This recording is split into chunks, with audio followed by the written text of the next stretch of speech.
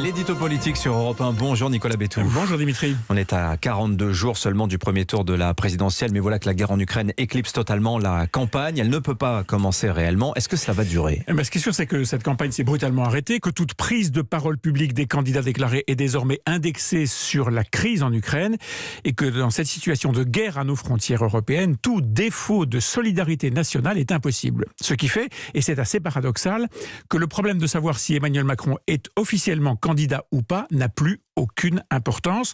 Nous traversons une période de non-débat, dans une non-campagne, et c'est inévitable. Le risque pourtant, c'est que cette sorte d'apnée politique, cette période de sidération et de peur de l'engrenage, le risque donc, c'est que nous ayons, dans 42 jours, une non-élection. Qu'est-ce que vous voulez dire par non-élection, Nicolas ? Une élection sans débat, sans programme, et donc un élu sans mandat, ou pour dire les choses autrement, une élection confortable pour un mandat inconfortable. Cela fait des années que l'on constate en France et un peu partout dans les démocraties occidentales qu'un fossé se creuse entre les élus et une partie de la population, laquelle se sent délaissée par les politiques. En France, après la crise des Gilets jaunes, Emmanuel Macron a testé une formule de démocratie participative avec le grand débat et plus encore avec la Convention citoyenne. Pas très convaincant.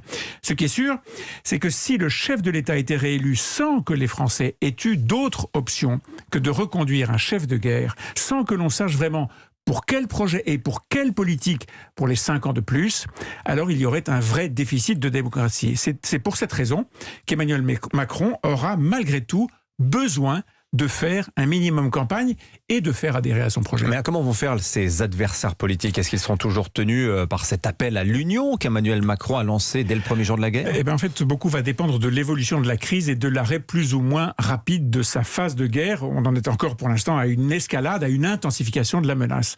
Quoi qu'il en soit, et on l'a déjà constaté à l'occasion d'autres événements sanglants, la solidarité nationale s'émousse de plus en plus vite. C'était par exemple très frappant lors de la vague d'attentats islamistes sur notre sol, sidération au début, condamnation rapide du pouvoir en place à la fin. Ce sera la même chose avec l'Ukraine.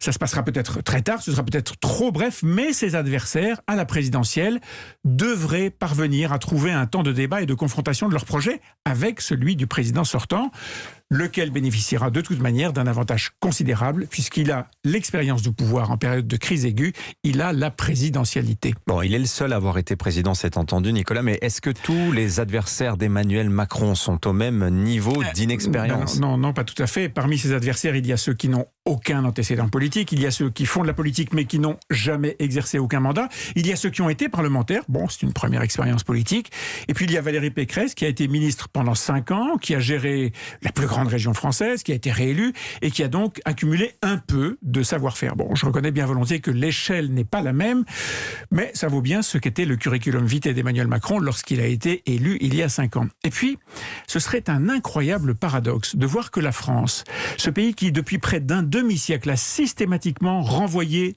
tous ses dirigeants sous prétexte qu'ils avaient exercé le pouvoir. Ce serait donc un étrange paradoxe de voir ce pays qui a pratiqué le dégagisme à outrance décider cette fois de changer du tout au tout sa posture pour élire et réélire quelqu'un justement parce qu'il a exercé le pouvoir. Merci beaucoup Nicolas Bétou. Je signale la une de votre journal, l'opinion, l'arme de la dissuasion financière déployée par les Européens contre les Russes à propos de l'Ukraine. C'est Clément Beaune, le secrétaire d'État chargé des affaires européennes, qui sera à 8h13 l'invité de Sonia Mabrouk à l'instant.